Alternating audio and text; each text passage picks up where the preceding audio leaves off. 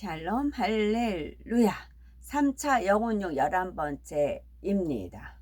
육체의 일, 육신의 일을 버리는 방법에 대해서 구체적으로 설명하고 혼의 분야에 대해서 살펴보겠습니다. 육을 벗고 영으로 들어가기 위해서는 먼저는 안목의 정욕, 육신의 정욕, 이생의 자랑을 차단해야 합니다. 그 다음에는 육체의 일을 끊고 육신의 일도 하나하나 벗어나가야 하지요. 그런데 이렇게 육을 벗어나가는 과정이 사람의 능력만 가지고 되는 것은 아닙니다. 죄를 버리려는 자신의 노력은 물론 하나님의 은혜와 능력, 성령의 도우심이 있어야 하지요. 이 네 가지가 하나 되어서 사람 안에 있는 육적인 요소들을 철저히 벗겨낼 수가 있는 것입니다. 육체의 일, 육신의 일을 버리는 방법을 좀 더 구체적으로 살펴보겠습니다. 성경에 보면은 무엇을 하라 또는 하지 말라, 버리라, 지키라 이런 하나님의 명령이 많이 있습니다. 사랑하라, 시기하지 말라, 간음을 버리라, 안식일을 지키라는 등 이런 명령들이 많이 나오지요. 여기서 하지 말라, 버리라 하신 말씀들을 하나하나 마음에 새기며 순종하면 이것이 곧 육을 버리는 것입니다. 그리고 하라, 지키라 하신 말씀들에 순종하면 마음의 영의 지식들, 곧 진리가 채워지지요. 농부가 잡초 무성한 밭에서 수확을 하려면 먼저는 잡초를 뽑고 곡식을 심어야 합니다. 하지 말라, 버리라 하는 말씀들에 순종하면 이것은 마음밭에서 잡초를 뽑는 것과 같지요. 그리고 하라, 지키라 하신 말씀들을 지키면 마음밭에 진리의 씨를 심는 것과 같습니다. 비진리의 잡초를 뽑으면서 진리의 씨를 심는데 이런 작업들을 계속 믿음으로 행해 나가면 여러 가지 영의 열매들을 맺히게 됩니다. 성령의 9가지 열매, 사랑장이 있는 사랑의 열매, 빛의 열매, 이런 열매들이 하나하나 맺히게 되지요. 어느새 영의 사람으로 변해 있는 것입니다. 어떤 사람은 내 안에는 버리지 못한 육이 너무 많은데 어느 세월에 다 버립니까 하고 처음부터 포기하려고 합니다.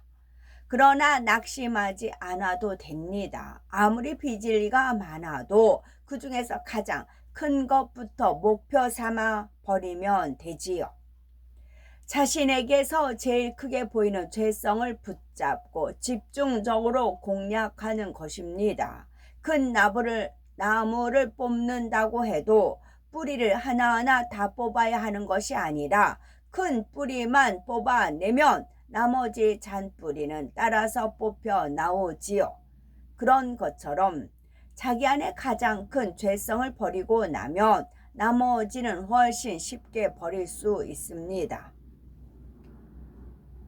자기 안에 제일 큰 죄성이 미움이라면 이것을 놓고 불같이 기도하고 금식하며 동시에 미움과 반대인 사랑을 이루어내면 됩니다.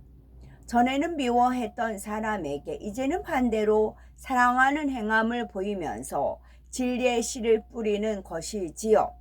손이라도 한 번 더 잡아주고 한 번 더 웃어주고 어찌하든 상대가 원하는 것을 살펴서 그가 요구하지 않아도 먼저 찾아 섬기는 것입니다.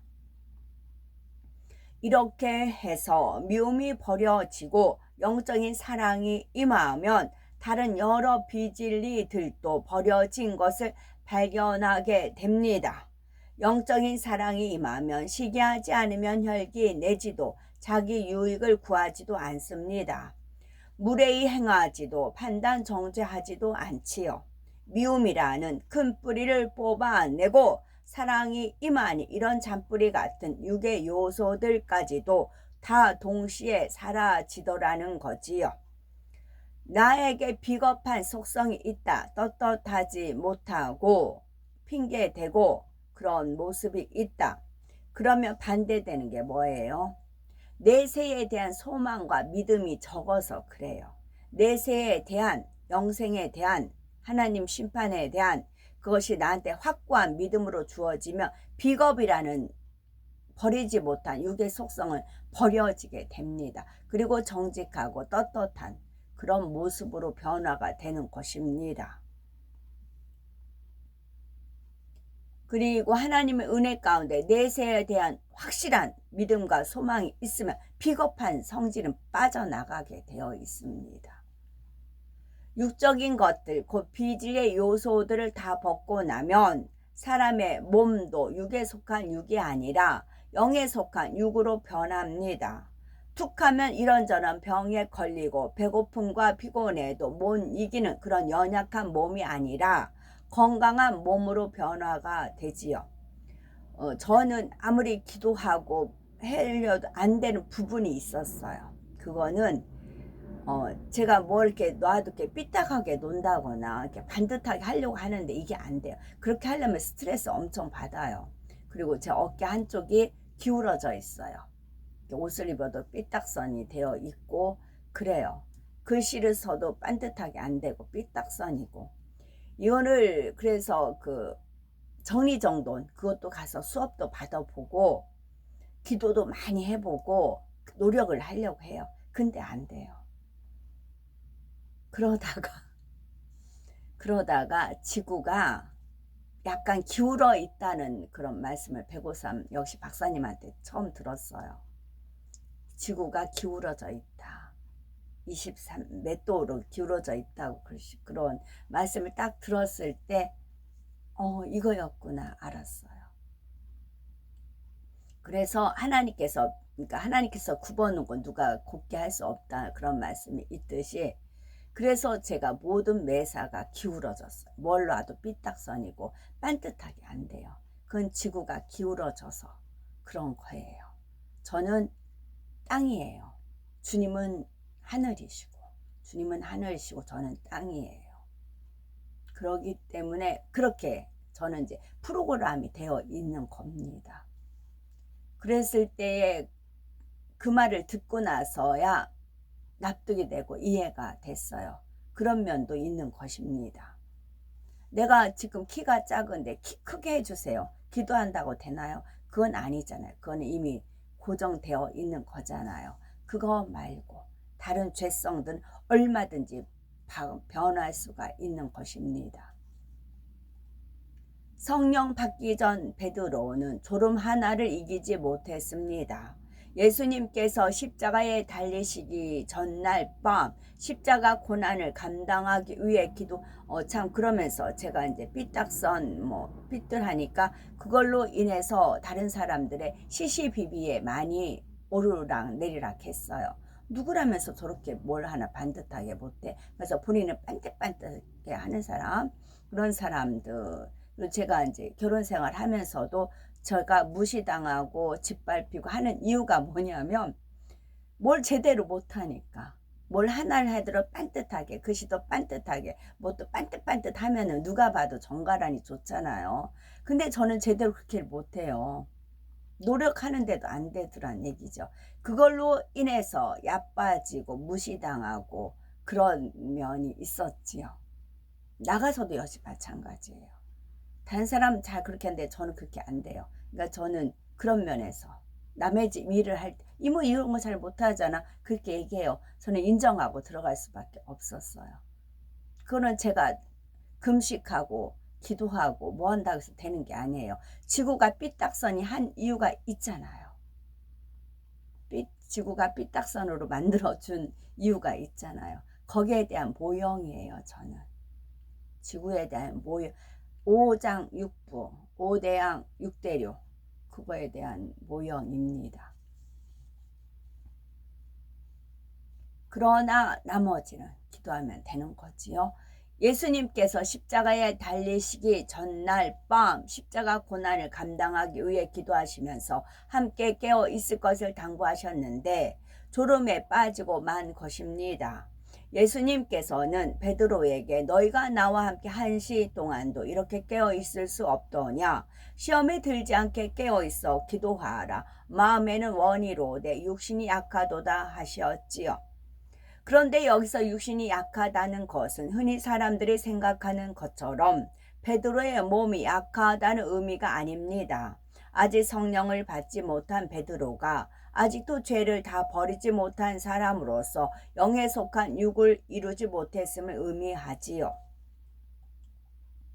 육을 버리고 영으로 들어가면 혼이나 육이 영의 지배를 받게 됩니다. 육이 아무리 피곤하다 해도 마음이 깨어 있기 원할 때는 잠들지 않을 수가 있습니다. 당시의 베드로는 비록 건장한 장정이었을지라도 아직 육을 다 버리지 못한 상태였기에 마음이 아무리 깨어있기를 원한다 해도 피곤함과 게으름 같은 육의 속성을 다스리지 못했던 것이지요. 또 베드로는 나중에 예수님께서 잡히신 후에는 순간의 두려움으로 인해 사랑하는 예수님을 부인하기까지 했습니다. 영으로 혼을 지배할 수 있었다면 능히 두려움을 극복할 수 있었을 텐데 육신이 약했기 때문에 두려움에 굴복하여 이런 엄청난 사건이 벌어진 것입니다. 어떤 사람들은 베드로도 죽음을 이기지 못하고 주님을 부인했는데 나 같은 사람이야 잘못할 수도 있지라고 하지요. 그러나 베드로가 육신이 약했던 것은 성령을 받기 이전이었지요. 성령을 받고 육을 벗어버린 후에는 오히려 많은 사람의 질병과 연약함, 귀신 들린 것도 고쳐주고 심지어 죽은 사람도 살려내는 권능을 행했습니다. 그리고 자청하여 십자가에 거꾸로 달리기까지 모든 고난을 두려움 없이 감당할 수 있는 강하고 담대한 사람으로 변화되었지요. 성령을 받은 우리도 마음의 성결을 이루어가는 만큼 육에 속한 육으로, 영에 속한 육으로 변화되어 갑니다. 온전히 성결된 것은 아니라 해도 영으로 변화되어 가는 만큼 예전에 연약했던 사람들에게 강건함을 주시는 것이지요. 영혼이 잘됨 같이 범사에 잘되고 강건하다는 말씀이 그대로 임하게 되는 것입니다. 3차 영혼육, 육의 분야를 마치고 혼의 분야로 들어갑니다. 혼의 분야에서는 주로 육에 속한 혼을 영에 속한 혼으로 바꿔나가는 것을 배우게 되지요. 그러면 먼저 혼이란 무엇인지 살펴봅니다. 사람의 뇌 속에는 기억 장치가 들어 있습니다. 그리고 사람이 살아가면서 얻게 된 지식들, 곧 보고 듣고 배우고 체험한 무수한 내용이 이 기억 장치에 저장이 되지요. 이렇게 저장된 자료들, 곧 기억된 내용들을 다시 떠올리는 것이 생각이고 그 지식을 잘 활용할 줄 아는 사람을 지혜롭다고 말합니다. 머릿속의 기억 장치와 그 안에 기억된 지식들, 그리고 그것을 떠올리고 활용하는 작용들, 이런 것들을 다 통틀어서 혼이라고 합니다. 사람을 컴퓨터에 비유하자면 컴퓨터 안에 기억 장치가 있고 그 기억 장치 안에 자료를 저장할 수가 있습니다. 나중에 그 자료를 검색하여서 찾아내거나 프로그램에 맞게 활용할 수가 있는 것이지요. 컴퓨터의 기억 장치와 자료, 그리고 검색하고 활용하는 모든 과정이 사람으로 치면은 다 혼에 속하는 것입니다. 사람이 무엇을 보고 듣고 입력해서 어떤 지식을 갖고 있는지, 또 이것을 어떻게 떠올리고 활용하는지는 모든 사람이 다릅니다. 태어나서 자라온 환경이 다르고 그 안에서 보고 듣고 배운 것이 각각 다르지요. 그래서 똑같은 상황에 처했을 때에 사람마다 생각하고 대응하는 방식이 서로 다르며 혼의 작용이 다 다르게 일어나는 것입니다. 이런 혼의 작용을 크게 두 가지로 나누면 육에 속한 혼의 작용을 하는 경우가 있고 영에 속한 혼의 작용을 하는 경우가 있습니다. 다시 말하면 육신의 생각을 하는 경우와 영의 생각을 하는 경우이지요. 그러면 육신의 생각은 무엇이고 영의 생각은 무엇입니까? 사람들이 입력된 지식을 떠올리고 활용하는 것이 생각입니다. 이때 진리의 지식이 활용되느냐, 비진리의 지식이 활용되느냐에 따라 달라집니다. 하나님의 말씀인 진리의 지식이 활용될 때는 영의 생각을 하게 되는 것이고, 비진리의 지식이 활용될 때는 육신의 생각을 하게 되는 것이지요.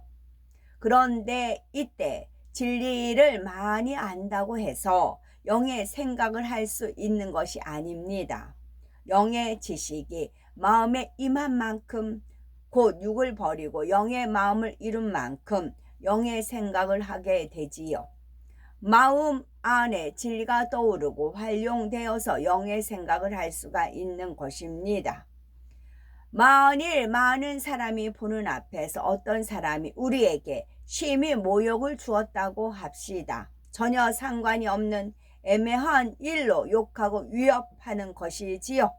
이때 진리의 지식이 마음에 임한 사람은 먼저 영의 생각이 떠오릅니다. 이 사람의 마음을 불편하게 하지 않아야지, 감정을 풀어야지, 이렇게 생각하는 것이지요. 오른뺨을 때리면 왼뺨도 내어줄 수 있는 마음이 있고, 자신이 죽어서라도 상대와 화평하기를 원하기 때문에 혈기가 나지 않고 같이 맞서 싸우지도 않습니다. 그러나 육신의 생각을 동원하는 사람들은 당장 마음의 혈기가 요동하게 되지요. 언성을 높여 변론하게 되고 상대를 공격함으로 싸움이 벌어집니다. 영의 마음을 이룬 만큼 생각도 영의 생각을 할 수가 있는데, 이 말은 역으로 하면 육신의 생각을 깨트려야만 영으로 들어갈 수가 있고 하나님께 축복받을 수 있다는 사실입니다. 로마서 8장 7절에 육신의 생각은 하나님과 원수가 되나니 이는 하나님의 법에 굴복지 아니할 뿐 아니라 할 수도 없음이라 했습니다. 하나님과 원수가 된다고까지 하시는데, 이런 육신의 생각을 하면서 영으로 들어간다거나 축복을 받을 수는 없는 것이지요. 그런데 사람들은 육신의 생각이 무엇인지조차 구체적으로 알지 못하는 경우가 많습니다. 자신의 잘못된 지식과 틀, 이론 등을 동원하여 육신의 생각에 젖어 살면서도 육신의 생각을 하고 있는 것을 깨닫지도 못하는 것이지요. 육신의 생각에는 어떤 것이 있는지를 잘 알아야 되는 것입니다. 육신의 생각을 버리고 영에 속한 혼의 작용을 하게 되면 성령의 음성을 밝히 들을 수 있습니다. 성령은 전지전능하신 하나님의 마음을 통달하시며 하나님의 뜻을 우리에게 밝히 알려주시지요. 성령께서 알려주시는 것을 잘 듣고 순종해 나가면 하나님께서 예비하신 축복의 길로 행하여 만사 형통의 복을 누리게 되는 것입니다. 이런 축복을 받기 위해서는 먼저 하라, 하지 말라, 버리라, 지키라 하신 말씀들에 온전히 순종하여 부지런히 영의 지식을 마음에 채우고 혼의 작용도 진리로만 해 나가야 합니다. 영의 생각 가운데 성령의 음성과 주관을 밝히 받아 범사에 형통한 길로 인도하시는 하나님의 축복 가운데 거하시는 축복받는 우리 모두가 됐으면 좋겠습니다. 아멘. 선과 위를 가면 무궁화 마크가 있어요. 무궁화 마크가 있어서 무궁화 해가 없을 때는 무궁화 마크를 보고 이제 워십을 했는데, 여기 전쟁 기념관 앞에는 태극기가 있고 태극기 안에가 마크가 있는데 뜻을 모르겠어요. 무궁화는 아니에요. 근데 이제 그 마크가 야광이 이제 밤이 되면 어스름하면은 불빛이 들어옵니다. 불빛 위에 우리나라 태극기가 있어요. 그러면 그 불빛에 의해서 태극기가 빛이 납니다. 그러면 마지막 마무리가 8시쯤에 하거든요. 저녁 8시쯤에. 그러면 그 마크가 이제 불빛이 비치니까 그 불빛에 의해서 태극기가 빛이 나니까 그걸 하나님께서 눈을 이끌려서 그걸 봤는데 뭔 뜻이 있는데 뭐를 암시하고 있는데 무궁화 마크면 무궁하다라고 알겠는데 무궁화는 아니고 무슨 이런 모습이에요. 빛은 바라는데 뭔지를 모르겠어요. 근데 눈은 이끌어옵니다. 눈은 이끌어서 보긴 보는데 뭔지 몰랐어요. 짜자잔짠. 그러다가 어제 아버지 하나님께서 진짜 아버지 하나님만이 하실 수 있는 일입니다. 아버지 하나님께서 내내 그 모양을 봤어요. 어머, 아버지 그랬어요. 그게 뭐였냐면 조개라는 거. 조개 모양. 조개 모양 있죠. 조개 모양이에요. 그 조개 모양에서 빛이 나요. 많은 조개들이 있어요. 많은 조개들이 있는데 그 조개 안에 진주를 품고 있는 조개가 있을 거 아니에요. 조개가 100개다. 그러면 거기서 유일하게 하나만 진주를 품고 있어요. 그 안에. 그러면 진주를 품고 있는 조개는 빛을 발한다는 거죠. 빛을 발하는 것은 누구만 알 수 있어요? 하나님은 알 수 있는 거지요. 그래서 아버지 하나님께서 조개라고 알려주시는 겁니다. 그래서 그 안에 진주가 있으니까 빛을 발하는 것이지요. 그래서 하나님께서 중심을 보신다라는 그런 말씀인 거지요. 아멘.